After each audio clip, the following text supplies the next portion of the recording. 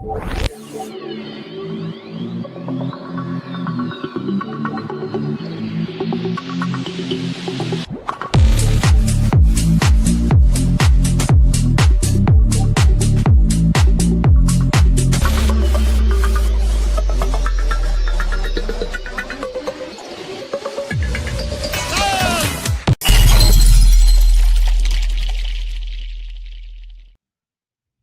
right. Ooh, does it sound good now? I think it's good. Welcome. We are live, Woo Woo Wednesday, and I am joined tonight with the lovely Cate Love. And thank you, sister, for partaking. And tonight we're going to get into some esoteric and occult topics, from angels to demons to Djinn to entities, aliens, and everything else in between. Cate is a fellow 5D experiencer like me and so many others that join in, understand these topics, and well, in understanding these topics, I've been putting together the pieces of what my own experience was over on Monday, and that it was actually an entity possession, most likely a Djinn, that I had enter myself. And we'll get into that. But before we do, welcome, Cate, and please tell the audience a bit about yourself. Hello, thank you very much. Okay, my name is Cate Love. I am a healer and an experiencer, a lover of all things metaphysical.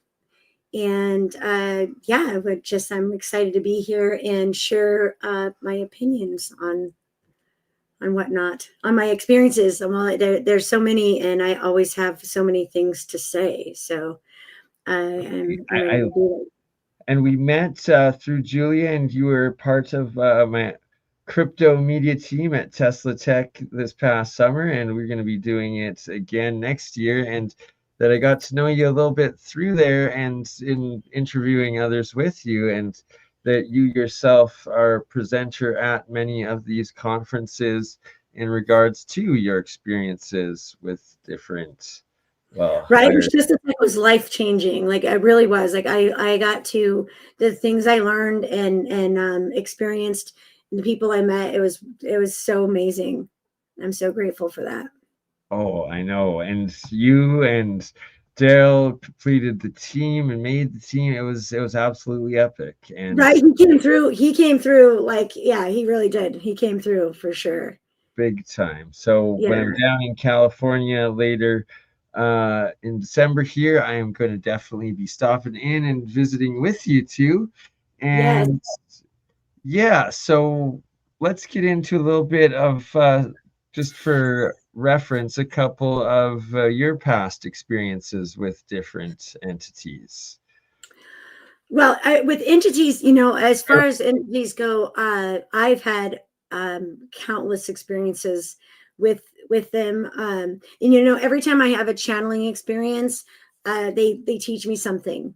So like, it's kind of like a trade off of like, okay, I'm going to channel you for, whatever they're asking me to do. Then in trade for that, they share knowledge with me. So I've had a lot of different experiences as far as that goes. As far as like entities affecting the physical, coming through into this physical place and physically doing something, I had an experience with a guy who he had been murdered, right? He'd been murdered in this house. And apparently, like long story short, his soul, or a piece, a fragment of him, was stuck like in the wood of this house. And so we were there. I was working. I do a lot of like renovations, like home renovations and stuff. So we're working on this house, and I'm like, one of my friend's boyfriends was like talking about these evil spirits and they're going to hurt us. And I was like, what? When was the last time you heard about a spirit hurting someone? Like, we're divinely protected. It's not going to happen. And all of a sudden I start hearing this voice coming through, and it's like, you're so fucking stupid. You're such a dumb. And he's talking, like saying all this really like mean things. And usually there's like the greater good attached to these things when they come through, but this time wasn't any greater good attached to it. And I was like, man, just something told me, like, dude, somebody died in this house. And so we get online and we pull it up, and right in the spot that I was in, they had found this guy's body a couple years before that, like trying to escape out the back window. And so I realized, like, he's stuck in the house, he's trapped, you know. And no, actually, I didn't realize that yet. So we leave, we go home, and that night I had to go back to the house. One of my friends forgot something, and so I had to go back, and there was no electricity. So I go back, and like I go to the back door to open it, and all of a sudden I just feel like this feeling of just terror. I'm terrified, and I'm like, oh my God. So I go back to the car, and I get a flashlight, and I go in, and I find what I needed to find, and I leave. And I lock the door, and I go turn around to like run to the car. And this thing snatches me up and twists me around and throws me on the ground so hard. Like I was in so much pain. Like I lay down, I'm like, I wonder how long I'm going to lay here before somebody comes and finds me. Cause I didn't think I was going to be able to walk. And there was nothing there. There was nothing that I could have tripped on. There was nothing there. And it was just open sidewalk. And then I look down, I feel something cold, and I look down, and my leg is like gushing blood. And there was like, I go to the emergency, and there was so many splinters in my leg. The doctors couldn't even believe that all these splinters had gotten in my leg. And all that, what I took from that was that he was trapped in the wood of the house, and he needed help getting out, and he was trying to get somebody's attention, you know. And so anyways, I go back to the house, and after that, and I told him, I'm like, look, I know you're trapped here, and I'm going to help you get out. I'll help you, help to, release you from this. And so I had figured that out. And 3 days after I did that, he came back, and I channeled him for his brother who owned the house at this time. And it was just really interesting. He was so grateful. But as far as like, he had like perfected like this one move where he could like snatch you up and twist you around and throw you on the ground. And he had done that 2 times before. I had seen other people in the house that happened to them. And I remember thinking, like, how in the hell did they just trip like that? Like, that's so weird. But he was trying to get our attention. So that's how he went about it. Now he's definitely demonic. He was just a trapped spirit, like a ghost. Yeah, a trapped spirit that was really wanting to not be trapped anymore. A victim that's imprinted a fractal of their spirit, and that's where we get ghosts from. And that's a legitimate experience. I remember you telling this story at Teslatech to me. And that I almost interrupted him, but was going to say the splinters, right? And like that, there's no way that like you fell on, like he picked you up, you were on glass and cement. Like there was no way this wood. There was no redwood anywhere, you know. Right. There was no wood at all, like no wood. It was nothing there I could have tripped on, and it was like my whole leg was like splinters all the way down, like it was splinters in my leg. And redwood is actually poisonous for humans, so like it, you swell up, and it's not, it's not good at all. And there was like thousands of them. So I doubt, it was really bizarre that he was able to do that. Well, but we're coming to this place where everything's much more like multidimensional. So like the veil is so much thinner, and those of us who are aware of it, like we are all more interacting with this reality of these non-physical beings. It's totally more, it's real. 100%. And that children are still attached to it, and the elderly, when they're passing over, they that's why they start talking to Grandma Jimmy or whoever's next to them and stuff. Yeah, they're actually talking to the spirits that are next to them there, and then you're passing back into the spirit realm. And that mediums and anyone in the 5D reality, once you experience it, you're able to access it. And it's in the West, they try to trick us. They teach us this YOLO mentality, and that, you're just crazy, this and that. But it's like, no, these things are very much real. And one of my ghost encounters from at a young age was at the famous Hart Mansion, where the wrestling family, the Harts, all lived.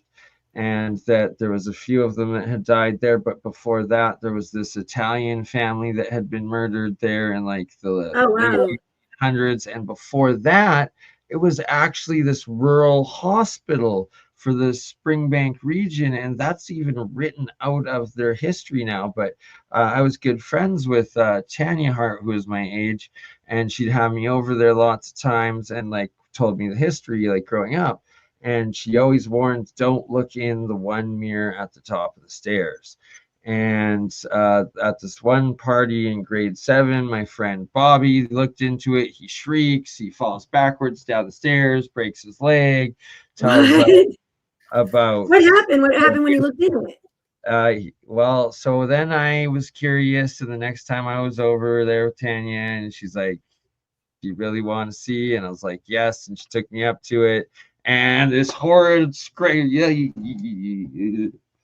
like this, it was like the old like witch lady sort of thing, like that came out of it. That Really? Oh my gosh. yes, and so the the Hearts moved out a good 15 years or so ago, and then it sat empty. And then there's been the buyers that like sometimes move in for a little bit, then move out.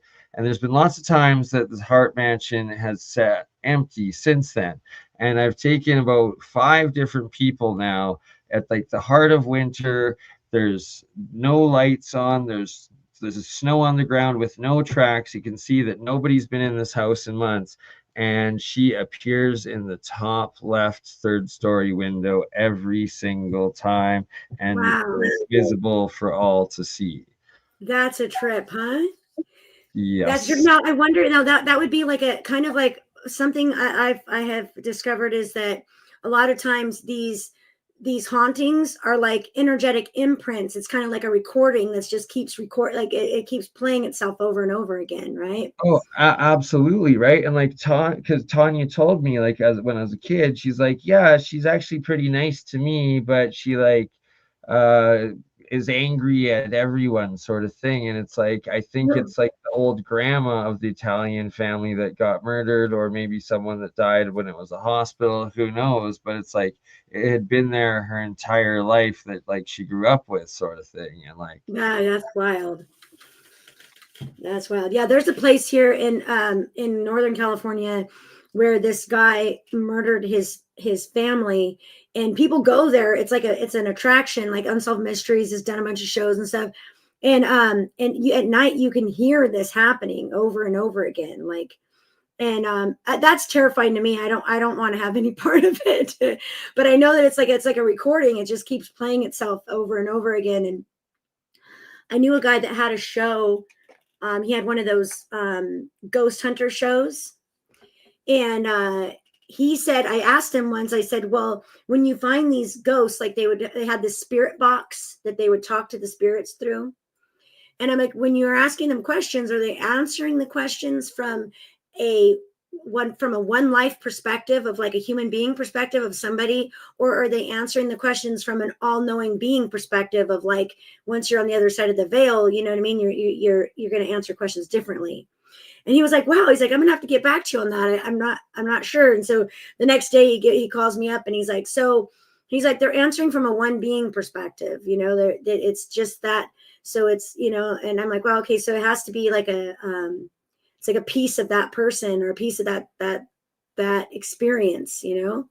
right, it's like the spirit compared to the full soul, or compared to source. And so I resonate very strongly with what you just described, and that um, this one time I encountered a straight up demon. It might have been the devil himself trying to make a deal with me. And it was through this Aboriginal woman that I know, Roli, and her family is of the Sika Nation, and that they're a shaman, medicine man family, like for generations.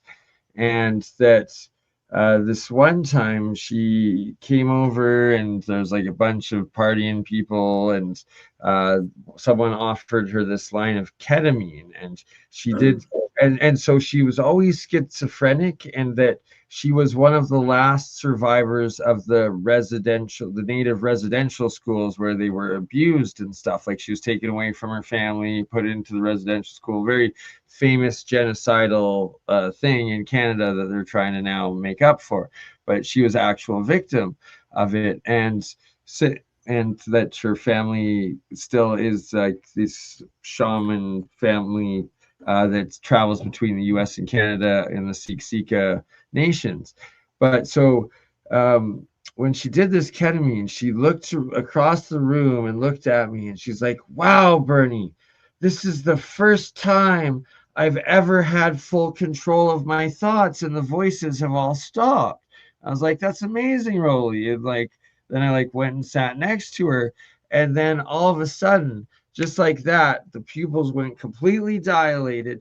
Her voice decibels dropped by like 10, and this like demon came out and was like, "Do you want to make a deal?" And I was like, and I said, "No, thank you, demon." And it started reciting numbers. And I was like, "Rolly, what the hell are you doing?" And she snatched my phone and started putting these numbers in that she was like reciting, and gave it back to me. And I Googled it, and like, this will not necessarily haunt me, but stay with me till like day immortal, because what came up on Google were these, within a day, brand new registered born babies SIN numbers that were bringing up these babies that were just born across Canada, and that this demon was trying to sell me these souls of actual brand new born babies. There's no way in the world that Rolly could have memorized any one of these numbers, yet alone like 6 of them, yet alone like had that. Like, it was the most messed up, like, how could it be possible thing to experience, only for then me to say no, and like refuse the offer several times, at which point again it clicked, and it was back to Rolly, but like this more angelic version. And it was like she was connected to source, and it was like, ask any questions you want, at which point I then had like a 2 hour long, most in-depth metaphysical like experience, like conversation between her and the source that she was connected to, where I was asking the most like That's metaphysical amazing. philosophical things possible, and the answers that were coming through were just so astounding. But what another part that will never ever escape me is that it was the most beautiful, like, from God's source answers ever. But at the end of each one, it would drop back a little bit from source to actual Rolly, and she would put in, "But that couldn't be possible because of blah blah blah blah blah," which was the Roman Catholic version of like how the soul works or the spirit works in the realms. And it was like literally her trauma from being at the residential schools run by the Jesuits that put that into her, that like she was conditioned to have to like say these things afterwards, even though she couldn't even remember what she had just said prior to it. It was just a wild experience. That's what, yeah, that is a trip, huh? I mean, I guess it goes along with like the polarities of good and bad, right? I mean, it looked like she was like connected to both. Exactly. And well, I've kind of had this suspicion and philosophy, well, for a long time, and being a spiritual alchemist along with the material alchemist, is that God created creation, right? But then had to create destruction for the cycle of life, where you have like growth and decay and whatnot, right? And that as humans, we each have an angel and a demon on our shoulders, but the third dimensional realm that we are is our conscious free will. Which one do we choose to feed? Are we going to be more good than bad? That, there's the duality of good and evil in everyone, but it's which wolf or bear do you feed within, and which one do you listen to? Right. Well, how amazing is it to be born into complete darkness and find your way all the way back to the light by yourself, right? I mean, that's such an amazing experience to have, just to get to come here and do that. I've been thinking about that a lot myself, and I have come to the conclusion that, well, in fact, it is absolutely necessary to have polarity in order to have physicality. So in order for us to have this physical experience, we have to have the positive and negative to be able to, you know what I mean, know what chocolate cake tastes like and what it feels like to fall in love, and how, you know, falling down, skinning your knee, all of those things. You have to have that negative and positive. Those two things have to be here, you know. Absolutely. You have to experience the bad times to appreciate the good times. Right. Exactly. Yeah. And yeah. Like, how do you know what you want unless you know what you don't want? Exactly, right? And that's God's ultimate test in creating like the devil and the fallen, is that in order to get back into heaven, you have to resist on your own free will the temptation of the devil that's going to test you first, right? Like, Right. and For that's sure. why the intent is pure. I guess believing in I guess the devil, the whole concept of the devil is something that I have a hard time with, as far as like, so I know that what December 21st, 2012, when this planet made it through the precession of the equinox, that victory, that ability to do so, and for us to not have to be like reset again, you know, was the fact that there was enough human beings on this planet that believed in a divine creator, you know, that there's one power. I resonate with that, and that we And are so like now the devil in, would be the second power, you know. right. And so that to me kind of like, but I think there's aspects of it. There's definitely those who are there's aspects of it, those that are negative and have those abilities, but I think that if there is a devil, the devil isn't as definitely is not as powerful as the divine creator.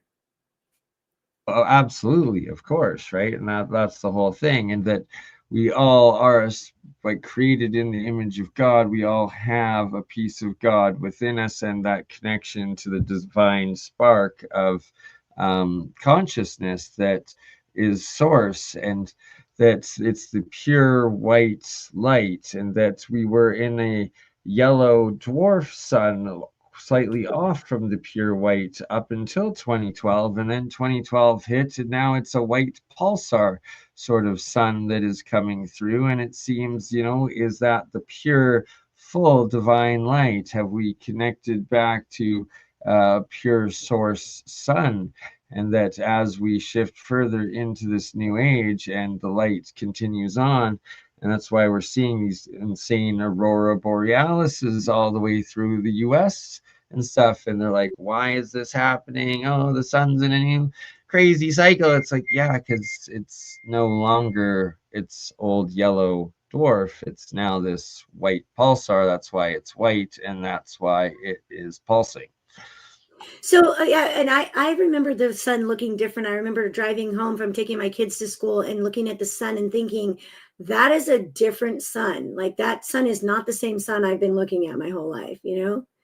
It's Exactly, right? definitely, And we yeah. used to always draw the sun as yellow. Like I have drawings all over my wall from as a kid, and I always drew it yellow. And now I look at it outside, it's white and it's pulsing a bit. And that's a whole other um, rabbit hole or sun hole to go through that we won't cover today. But yeah, do you want to make a deal? There's a lot there. Always like the devil. I believe the devil himself might have tested me that day and might test you again, but you always say no. And that's how I maintain and retain and train my ability to channel source and continue to build my sovereign connection between myself and creator consciousness. So I know a few people that didn't say no, you know, and they said yes, and their lives are quite different. I had a, you know, that experience that I had with the reptilian and the gentleman that actually that thing had possessed.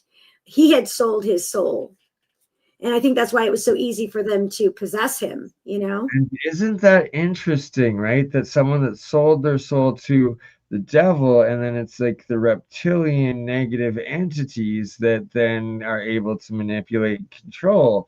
And there's a lot of testimony of like different witches I know and stuff that also experience these what they call the Draco, the reptilians, and that the devil's depicted as this Right, reptilian exactly. thing. Yeah. And yeah, it's very, how many times in a row does man bear pig need to show up before man bear pig is real, right? Right.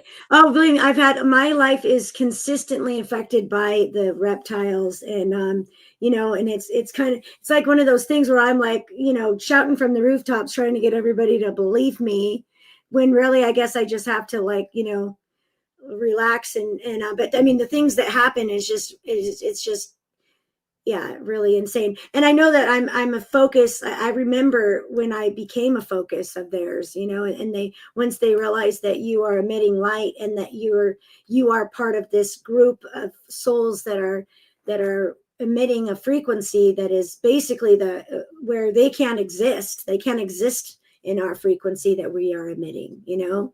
And so the last thing they want us to do is to create it. So they do all these things in our lives to keep us from being able to do that. And so it's like a consistent battle to not let them get their way, you know.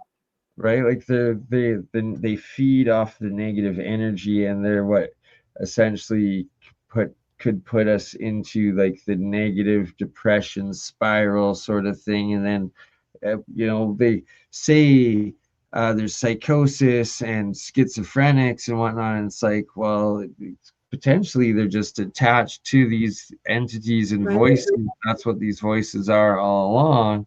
And that's why up in why the churches always did exorcisms as opposed to treating with drugs. And what is pharmaceuticals? Well, they're giving them most of the time these downers that is deactivating the higher frequencies that your brain and that your soul spirit operate on, and it's putting it down just to the most basic, where you're at fight or flight, love or hate, just action, reaction, the polarization. And that's one basis below the third dimensional reality that we are, where we're then is our free will, and that you're sacrificing your free will by going into this polarized mentality. Yeah, most definitely. I think that the any kind of pharmaceutical, any kind of band-aid or psych, you know, these psych drugs that they have out there are really very super dangerous. You know, they're just numbing something that's a connection. I know that a lot of schizophrenics, you know, research I've done with that is that, you know, their pineal gland is overreactive. You know, it's emitting a huge amount of DMT into their system.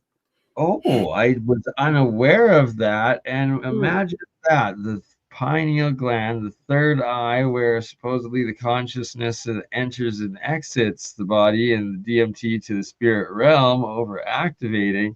Um, that almost sounds like it's scientifically like Right. Yeah. Like they're experiencing dream state, but they're up walking around with their eyes open. So then they're seeing things that they generally wouldn't see unless they were in bed asleep. But now they're, you know, in the middle of a dream, even though they're awake. And you know, it's a matter of, because their pineal gland is releasing this dimethyltryptamine into their system. Ooh. Without them actually, you know, volunteering for that. Which if we were strong, if we had a strong enough mind, and we were able to control that, and our pineal gland wasn't calcified with fluoride, then we would be able to invoke that whenever we wanted to. And I need to transition from what you just said, so I'll be right back in 1 second. Okay. That. Okay.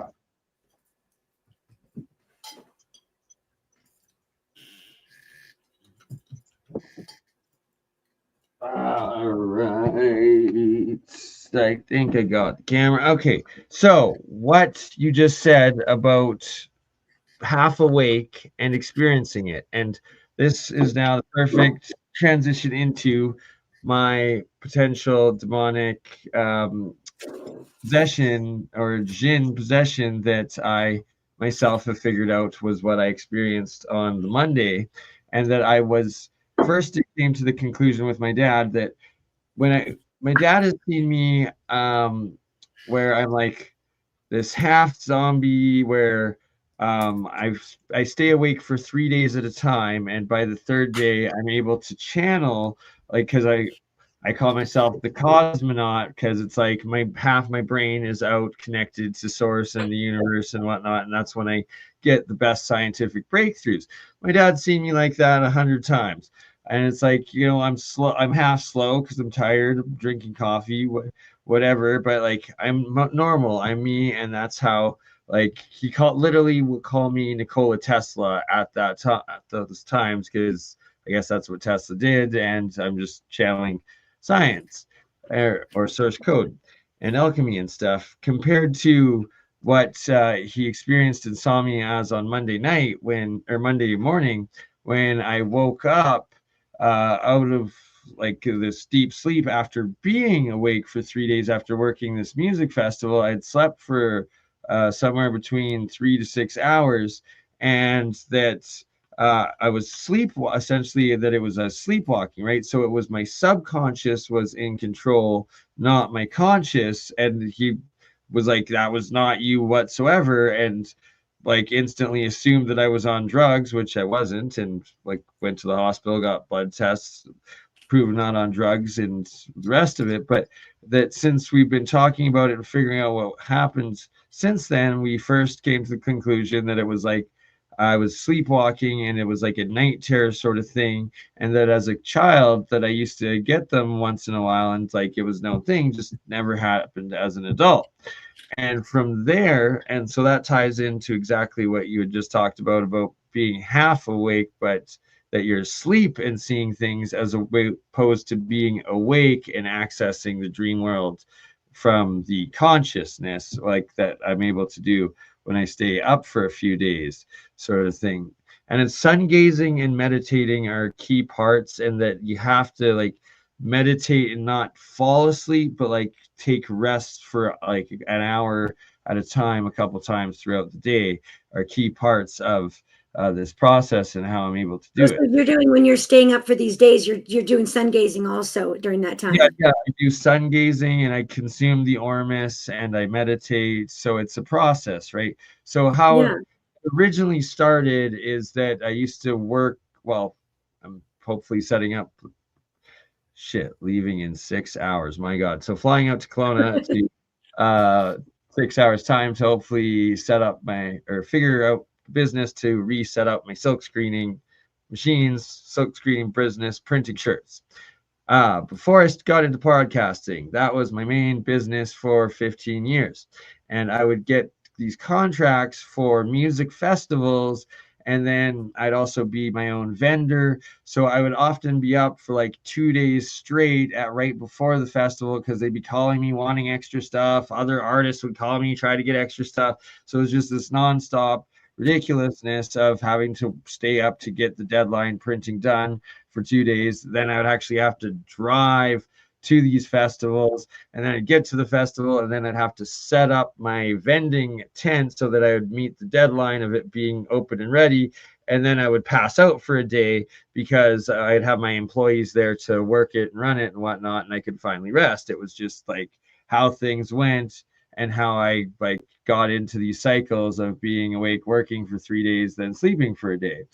And then it's like as I've matured and like adulted and sobered up and no longer using substances to get through that part of time, and I'm able to do it through the sun gazing and the drinking of the ormus and the ionic water. Then it's like you're actually getting the clear, direct download from source and connection to source, where if you're doing it with a psychedelic or with some drug, you're getting the interference of that spirit, of the spirit of the plant or whatever substance you're using. And if it's an artificial chemical like the crack, the meth, the fentanyl, these horrible ones, that's why there's no spirit attached to it. It's this completely artificial means, and it's why you see people literally selling their souls. They become criminals, they rob from their families, they do whatever they can because they're addicted to trying to break through into the spiritual realm. But it's this fake addiction instead of them focusing on themselves, of being their highest spirit, the best soul possible, the alchemical gold within, to reach that Christ consciousness that we all have, to access that ourselves. They're doing the exact opposite. They're doing it through this artificial means. And that's when these entities and demons take control, and they essentially turn from the normal person that they were, and they're lost in La La Land, losing their mind. And you have these demonic and possessed evil entities out there. I think a lot of times these substances also absorb the energy that is emitted when they're being created, and when they are like whoever they're passing through. You know, when people are buying drugs, like what kind of, how did they even get to this country, and what happened with the people that brought them, and you know what I mean? Did they, like, what kind of experience were there, and what absorbs it? The criminals, the trafficking, and all of it. Good. That's another very good point. And so and that's the exact inverted evil than the original sources of where indigenous people would have, like, the rite of passage to adulthood, where you'd take a psychedelic and you'd go experience the connection to nature and the spirit world through that substance. And that the whole purpose of that original experience is that once you actually experience it for yourself, you now know that it's real. And then the purpose and goal is to be able to get yourself to that state of stillness and connected with the universe. You can get it yourself, and you don't use or need the substance and the intoxicant, which is intoxicating your experience into that realm. Right. That's spiritual alchemy 101. I love it. Right, and it's what I've experienced. Okay, so back to this entity that I experienced on Monday. And that, so I was talking with my dad. We were going over like the sleepwalking aspects, and then I'm like, and Dad, what did my eyes look like? And he's like, oh, they were like saucers. You were like this owl. And I was like, okay, so I was possessed by another entity. All right, so, and I'm like, okay, Dad, so chances are it might have been like a Djinn sort of thing that came through. And he's like, yeah. He's like, and my dad's never, ever, ever talked about anything like this, or like believed anything like this. And he's just like, yeah, the little goblin must have come in Halloween. And instantly in my mind, I'm like, no, it happened in the full moon recently. Like, I just said that like as instinctual. And that, as I said that, I got the memory back, the specific memory of being asleep in the chair that I was passed out in, and that I had jolted, and that the silver zinc monoatomic reaction or reactor that I had running since the full moon, the full supermoon. I had left it going over the last week. It wasn't making anything, but it was still plugged into electricity, and it was this open jar, and it was right behind, and that it had actually spilt on me, that it had spilt over me, and that's what had woken me up. And then all of a sudden I got the memories of like me like cleaning it up and like putting it back into the jar, and like this actually happening, and then like blanking out. And then that's what led to this entity entering and possessing me. And then the next hour of lost time when all of this happened. And it just confirms the entire story, how it got into me. And then that when I further talked with my dad, he was like, I'm like, well, like, was I doing anything evil or angry? He's like, no, like, you just didn't, you were just like kind of like grasping for stuff. I was like, oh, like something was in me that wasn't used to being in a human body. Like it was struggling to actually stand and it was trying to stay up. And like my dad was like, yes, like that's exactly what you were doing. And then I'm like, okay. And then he's like, and then you fell down like the front cement stairs. That's how you injured yourself. It wasn't the cops like you're restraining you. It was actually you, like you fell down because you couldn't really walk. You're trying to grasp onto trees or anything. He's like, and then you were like wrestling on the grass, like with the blue recycle bin sort of thing. And I was like, I'm like, okay. I'm like, so, and then I told him about the angel and demon thing within, and that, like, you know, I always feed the angel more. And I was like, what did it look like? It was like the angel fighting the demon within me, and I was fighting myself. He's like, oh my God, that's exactly what it looked and sounded like. And I'm like, oh dear God. So I definitely am getting the police camera footage, and I have a vision of you wrestling with the blue recycling bin I am going outside. to be scarred for life when I see it. I don't want to watch it, but for the sake of science and alchemy, it has to be done.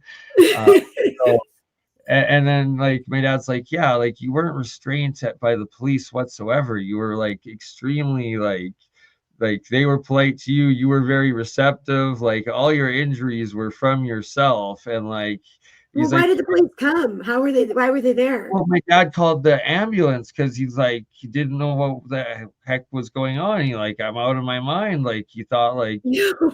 didn't know what to think. He like literally didn't know what to think.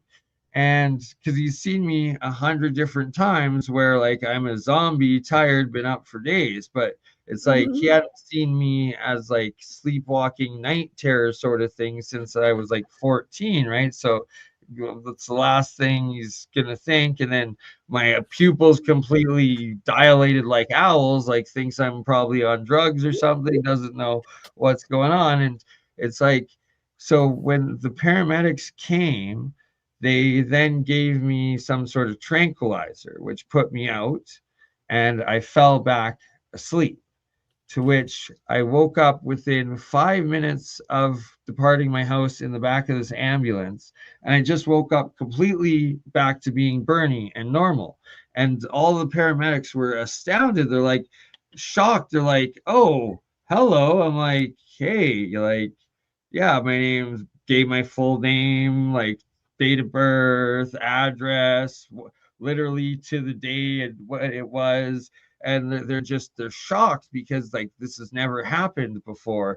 Like it's either brain trauma or like drug substance abuse or psychosis, none of which you just, they gave me apparently too much, like so much sedative that like I should not have been able to wake up. But it was like, it just, I went to sleep, I hit that sleep thing, and then instantly woke back up as myself, and the thing is gone. And it was at that point. So after I'm like talking to them, we're about for about 5 minutes. We're still another 5 minutes away from the hospital, and I think it was a demonic possession. And then I tell them about how I'm an alchemist and how like there's these sigil things involved with it all, and like it wasn't intentional. And they're all looking at me, and they're all in their heads, and one looks directly at me and is like, legally we can't put that as the cause, but and like it's all they could come up with, like so yeah, that's that. And I'm definitely now always getting the water blessed by a priest or nun or spirit woman, regardless, good intentions, not letting that happen. Right. And Yeah. What do you think? What aspect of that mixture do you think within it was the catalyst of that? What would be? um, so I have experienced this thing twice before many years ago, and it's was those times I had been awake for up to 5 days, and I did use ketamine those times. This time, no drugs at all, but I'm pretty sure it was the same thing. And I have experienced it twice before. So is And it possible that it's something that's possibly still there that needs to be removed? yeah, so I'm looking into that aspects, getting some all healers that want to, or spirit Right. I warriors. was going to say, when you come see me, let's do some I some am of up that. for as many exorcisms as possible. Right. But Yeah. That's definitely, we can do that for sure.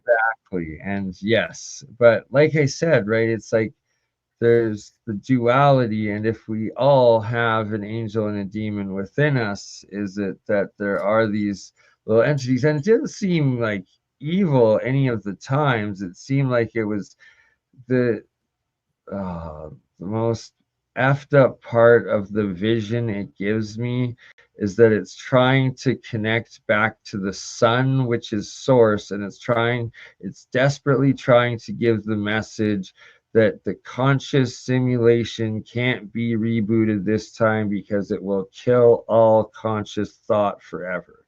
That's literally what this thing gives me the vision of.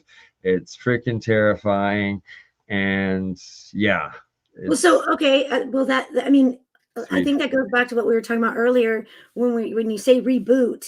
You know how I was talking about the reset with the planet, and how we didn't have to be reset because we were able to make it through that place. Yeah, Um, I mean, it could be very possibly have something to do with that, because it doesn't sound like there was anything really necessarily evil. Like if it was a Djinn, exactly. um, you Right. know,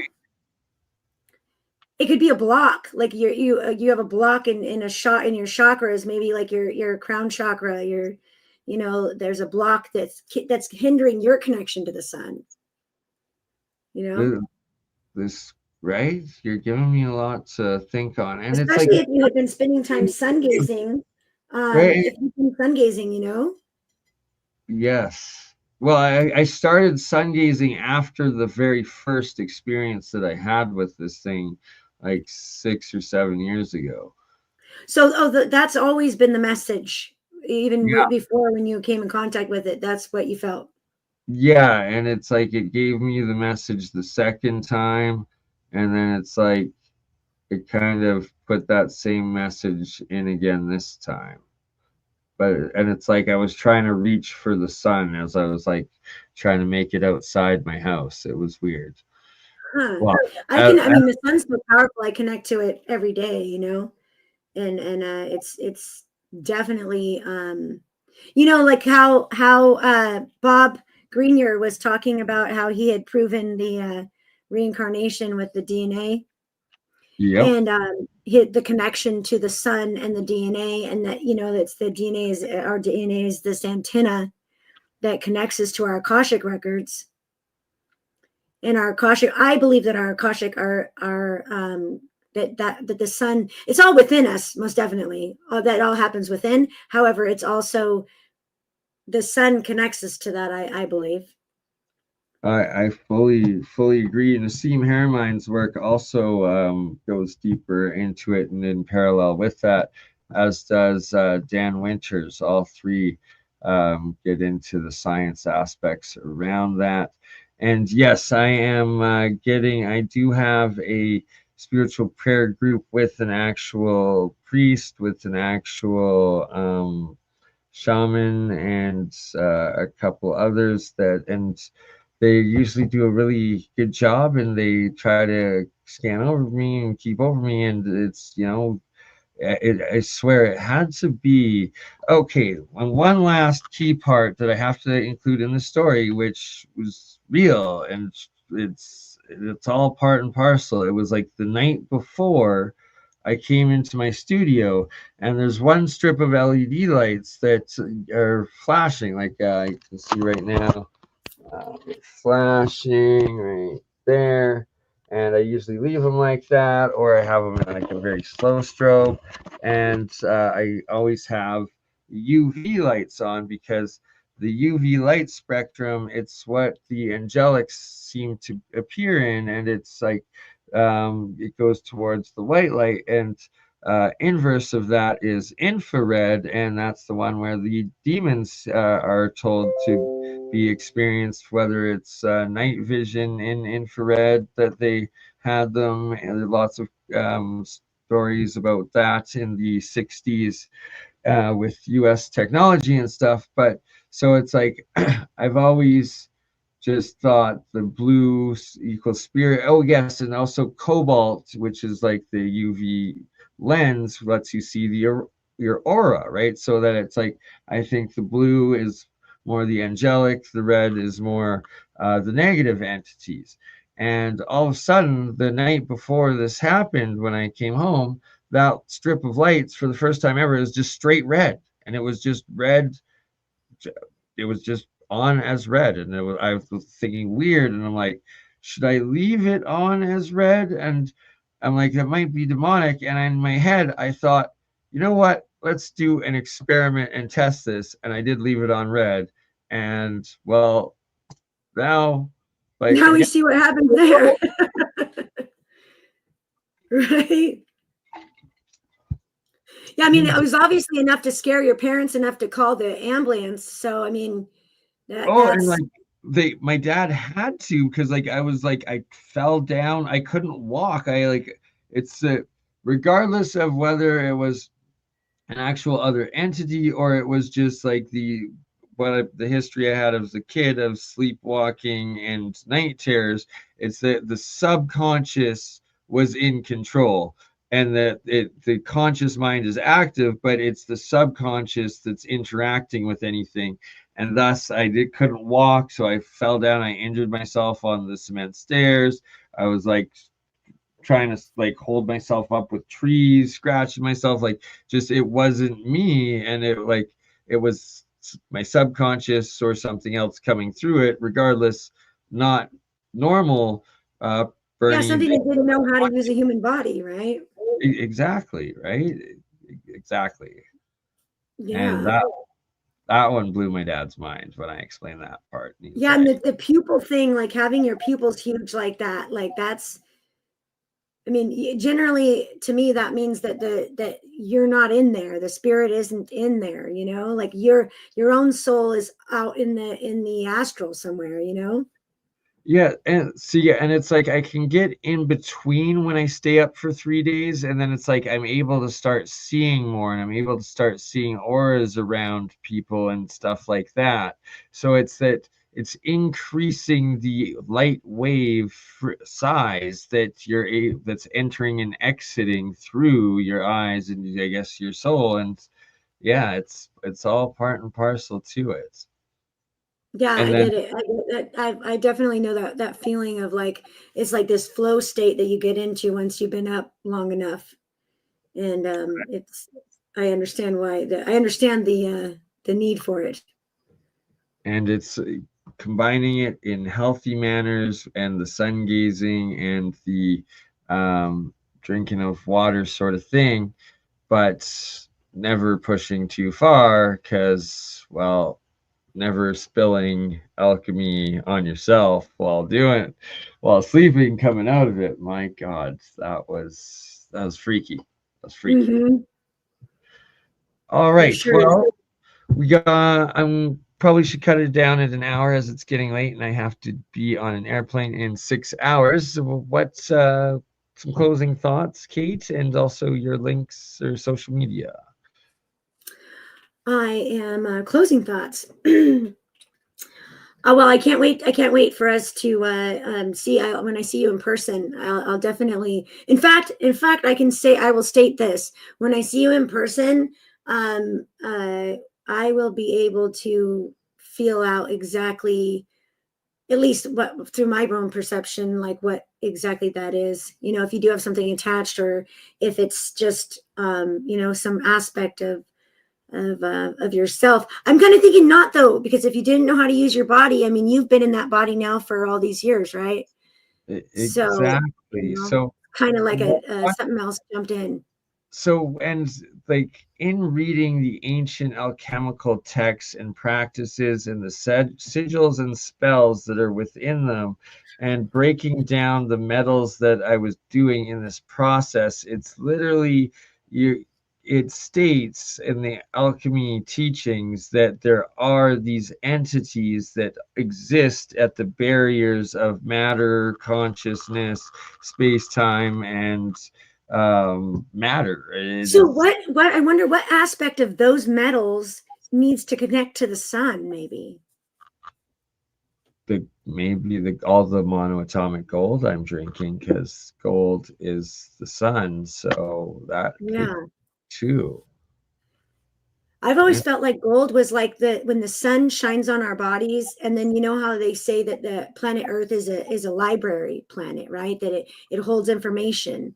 Well, where does the Earth hold the information? I believe that it holds it in the gold. And so when the sun shines on the Earth and the sun shines on our bodies, it downloads the information into us, and then we download it into the planet, and it's stored in gold. Like that's where the information goes, you know?